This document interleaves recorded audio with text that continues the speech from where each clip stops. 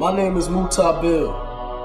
Most people know me as Napoleon, a former member of the Tupac Outlaws. In my short life, man, I experienced a lot of things out there. Flown on private jets, albums that sold over 40 million copies worldwide, shootouts, street fights, club fights, whatever you name it, been there, done that. Man, I experienced the ups and downs of this fast life. So I want to share with you my story. This Napoleon, life of an outlaw.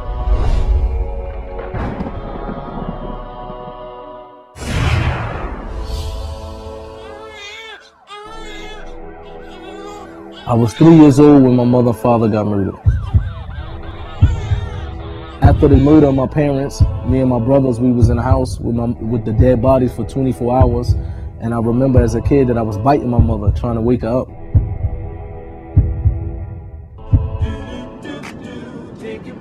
I grew up in the house with my grandparents after the death of my mother and father. So whatever I would see out on the block, drug dealing or whatever, I would go in my room and I would write a song out of it.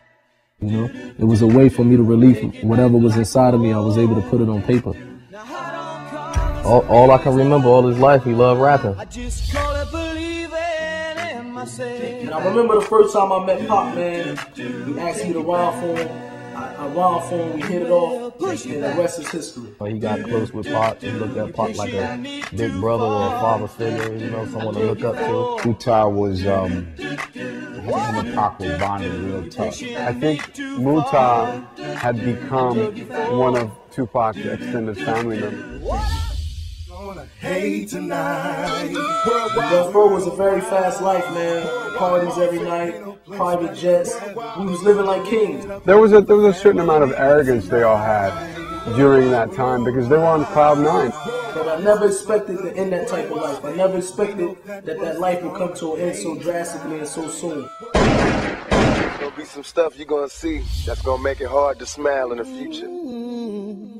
Yasmin called Gaddafi's mother and said Tupac just got shot. I couldn't believe it, you know what I mean? And you know, but the first thing that I said in my head, well, he got shot 5 times before. He's gonna take this, come out, do records, sell millions of records again. But when I actually saw him in a hospital bed, to me, I knew for right there that it didn't look like he was gonna make it. You know, and Pac loved him, and them two was bonding. So I know it affected him real hard. Once again, Tupac Shakur dead at the age of 25. It was a time when I was in the music industry and I had 3 houses at one time. Money was coming in, but I didn't have no inner happiness, you know what I mean? I didn't have happiness inside of me. So I knew that it had to be something else out there that could bring happiness besides money, jewelry, cars, and fame. Because once you get to a certain level, you start searching. And what I did is I turned to experiment different drugs, and I turned to drinking alcohol real heavy. He was always liquored up. He was always liquored up and smoking weed. I seen him wild out with the girls, wild out drinking alcohol, getting drunk, fighting. And I happened to one day be in a recording studio, and I was very intoxicated. And I got into a fight with my little brother, and it got to the point where I almost probably killed my little brother. Hurt him so much that he had to go to the hospital and get staples in his head. There happened to be a Muslim brother who was in the parking lot, and he broke the fight up. He calmed me down. He came and spoke to me. I said, imagine tomorrow waking up sober and realizing that you killed your brother. How would you feel about that? He was asking me to come to the masjid, and for a while I was ignoring him. And when I first went up there, I remember I went up there deep, about 20 or 30 boys with me. And I went there expecting that it's just going to be like how I roll everywhere else with a posse, a crew, and we just going to hang out. But when I went there, that's when I seen something different that basically inclined me towards to want to know more about what these people was upon. That's what changed my life ever since then. Just smile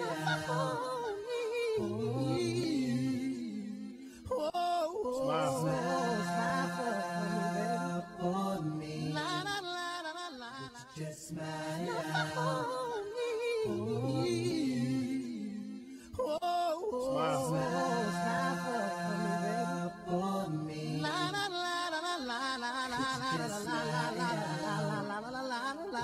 la la.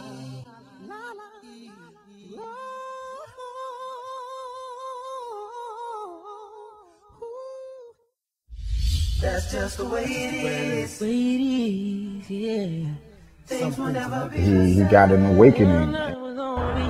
Islam has given Muta a purpose.